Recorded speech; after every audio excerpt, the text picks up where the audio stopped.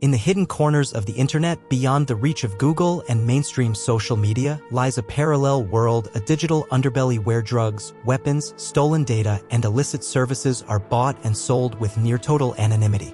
This is the realm of darknet markets, the online black markets that have reshaped the global trade of illegal goods.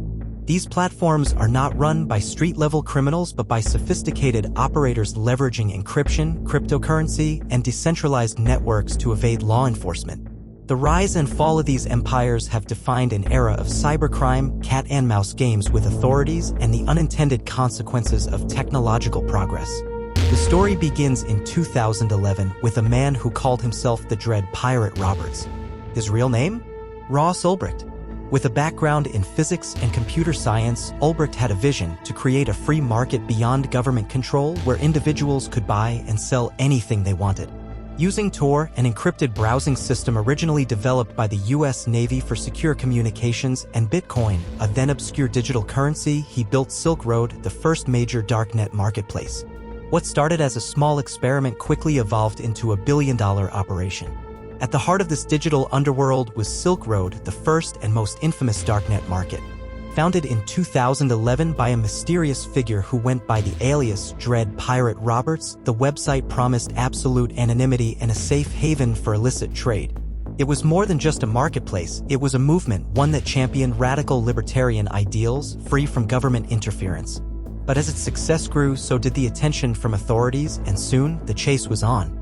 The genius of Silk Road wasn't just in its business model, it was in the technology that protected it.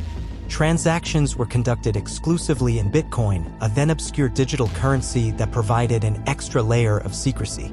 The website itself was hidden on the Tor network, an encrypted labyrinth designed to keep users untraceable. For the first time in history, anyone with an internet connection could access an underground economy once reserved for hardened criminals. Drugs became the backbone of Silk Road. From high-grade heroin to designer psychedelics, the platform connected buyers and sellers with the efficiency of Amazon but with none of the oversight. Unlike traditional street deals, users could browse vendor profiles, read reviews, and have their purchases discreetly delivered to their doorstep. It was e-commerce at its purest, unregulated, unstoppable, and invisible to the naked eye.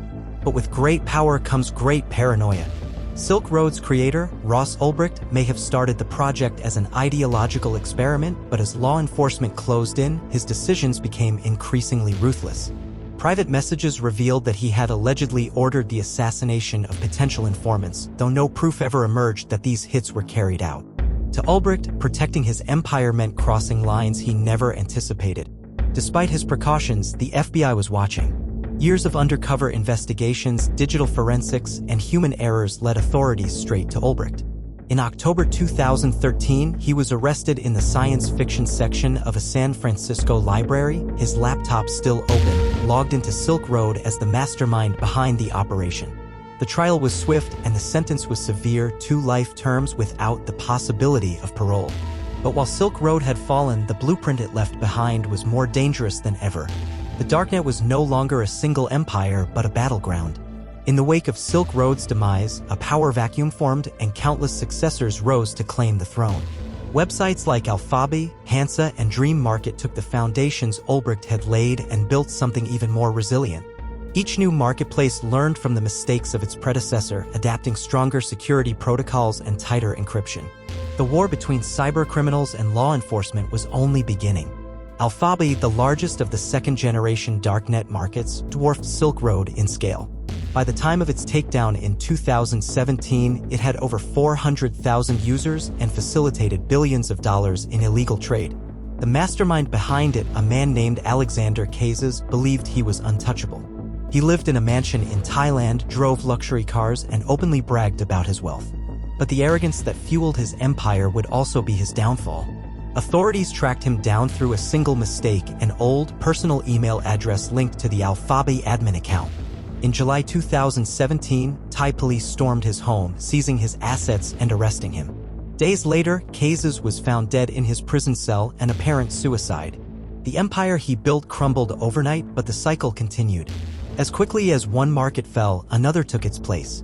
Hansa, a competing darknet platform, saw an immediate influx of Alphabi refugees. What its users didn't know was that Dutch authorities had already seized control of Hansa, running it as a honeypot to gather intelligence. For weeks, law enforcement silently observed transactions, collecting addresses, passwords, and shipping details. Then, in a coordinated strike, they shut it down, exposing thousands of users who thought they had escaped unnoticed. Yet despite these high-profile takedowns, darknet markets refused to die. Vendors adapted, migrating to more decentralized platforms or encrypted messaging apps. Some turned to Monero, a cryptocurrency even more difficult to trace than Bitcoin. Every government victory was met with an even greater evolution in cybercrime. The arms race between authorities and darknet operators led to a new breed of criminals, hackers who didn't just sell illegal goods but sold access to hacking tools, stolen data, and financial fraud services. A single darknet purchase could provide everything needed to commit large-scale identity theft or corporate espionage.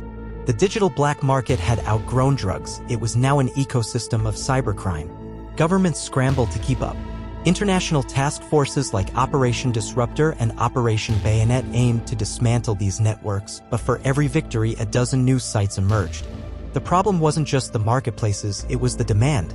As long as people wanted anonymity and illicit goods, someone would always find a way to supply them. Some darknet markets even became more exclusive, requiring invitation codes or complex cryptographic keys to access. The days of open, easily searchable darknet sites were fading. In their place were fragmented, ultra-secure networks designed for the most dedicated users. Law enforcement could no longer just take down a website, they had to infiltrate an entire digital underground. And then came the unexpected players, state actors. Intelligence agencies from North Korea, Russia, and China reportedly used darknet markets to fund operations, launder money, and even conduct espionage. What began as an anti-government experiment had become a tool for governments themselves. For all its dangers, the darknet still had its defenders. Privacy advocates argued that anonymous marketplaces weren't inherently evil, they were just tools, much like the internet itself. In some countries, whistleblowers, journalists, and political dissidents relied on the same encryption and anonymity to avoid persecution. The battle over the darknet wasn't just about crime, it was about the future of privacy in an increasingly surveilled world. Despite crackdowns, the darknet remains alive.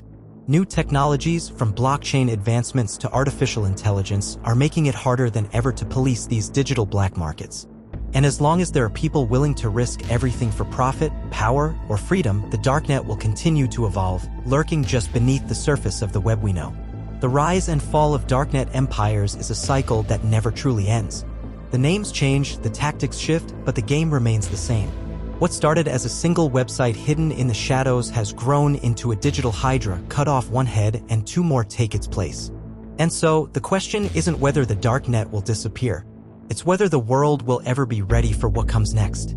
Silk Road was more than just an illegal marketplace, it was a phenomenon. Unlike street dealers, vendors on Silk Road had ratings and reviews, ensuring a level of quality and reliability never before seen in the world of narcotics. Transactions were completed in Bitcoin, making payments untraceable.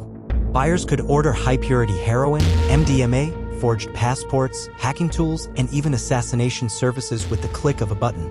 The website operated with a libertarian philosophy, banning only child pornography, weapons, and fraudulent financial data. The site's rapid success attracted the attention of the FBI, DEA, and Homeland Security. The government had never seen anything like it. A truly decentralized drug empire with no street presence, no traditional supply chain, and no easily identifiable kingpins. Tracking Ulbricht required a blend of cyber forensics, informants, and sheer luck. In 2013, he was finally arrested in a San Francisco library while logged into his laptop as Silk Road's administrator. The trial was swift, and in 2015, Ulbricht was sentenced to life in prison without parole. Silk Road was shut down, but this was only the beginning. The fall of Silk Road did not mark the end of darknet markets. Instead, it inspired a new generation of platforms, each learning from Ulbricht's mistakes. Within months, Silk Road 2.0 emerged, only to be taken down in 2014. Then came Evolution, Alphabi, Hansa, and Dream Market, each promising better security, improved anonymity, and higher profits. The darknet marketplace ecosystem had evolved into a high-stakes game where law enforcement agencies around the world raced to infiltrate and dismantle these operations. Among them, Alphabi stood as the true heir to Silk Road. Launched in 2014, it became the largest darknet market in history with over 400,000 users and millions of dollars in daily transactions.